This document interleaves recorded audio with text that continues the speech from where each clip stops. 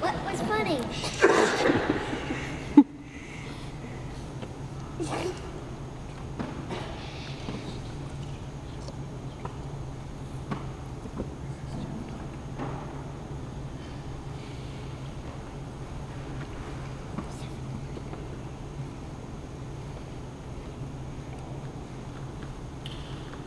Friends and family,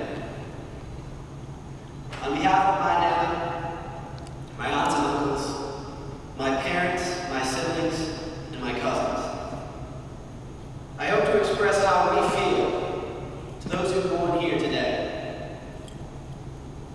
I am honored to speak about my grandfather, John F. Manning, my papa. He was many things to many people. A caring father, a loving husband, a papa with real stories. For some who came to his wake yesterday, he was the only man at the bank who believed in the idea of a business that still flourishes today. He was a patriot. He was a sailor. But above all else, he embodied that ideal of father found in both Scripture and in the green pastures of the Ireland he so loved. He was a shepherd. A shepherd like that is someone who both leads by example and who teaches from experience. First, my papa was a leader, a man who naturally took charge and did so with seriousness and responsibility. He loved to tell the story of his job at the bank. He was interviewing to work as a park attendant, and the vice president who questioned him asked, "Where do you see yourself ending up later on?" "In your seat there," my brother told him. I bet the man laughed and admired this kid's courage and hired him for the job. But it wasn't long before that was Jack Manning's seat, and that was Jack Manning's office too.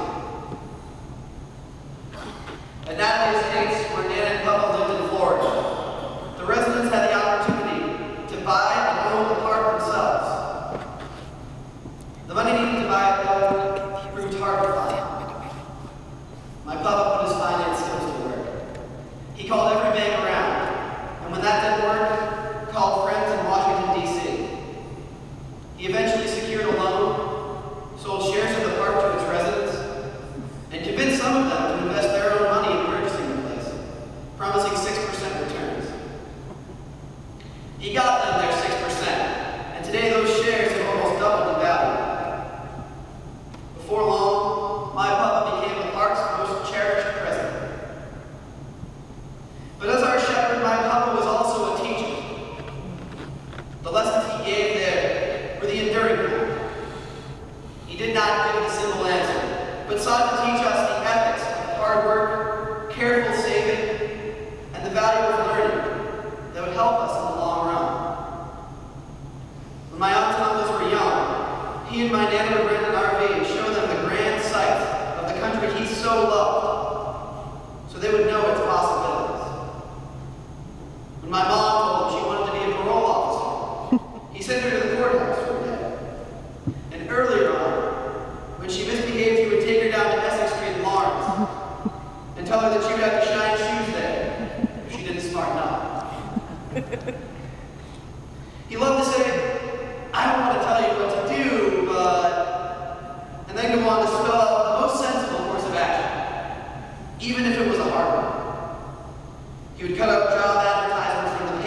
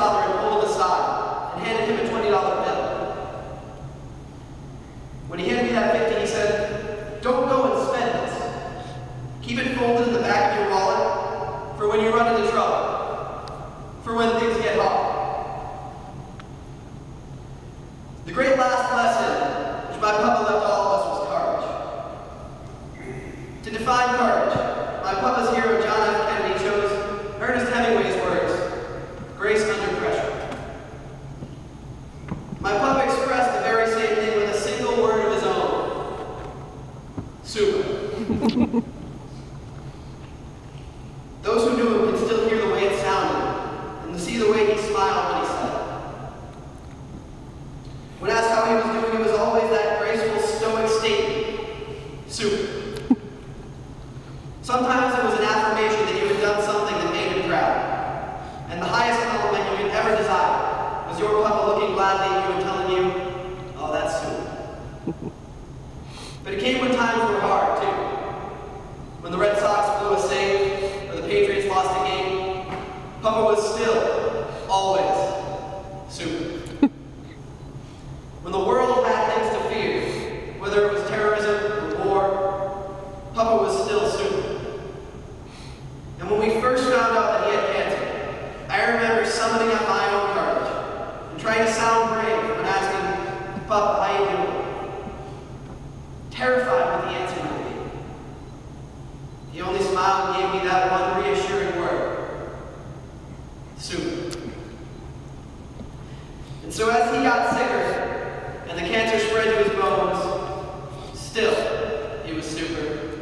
And when he had trouble walking and told his doctor, oh, it's just an ache.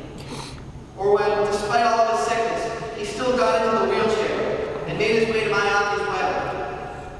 He looked up at me as I pushed him into the church and said, thank you. This is just sweet.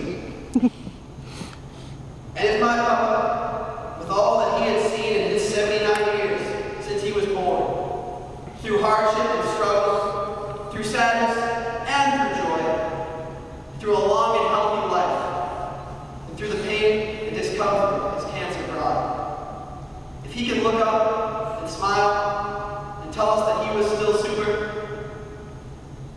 then there's nothing in this world that we cannot overcome. He was born a poor Irish kid in a poor mill city, and look at the family that he built. His loss is devastating. He can never be replaced.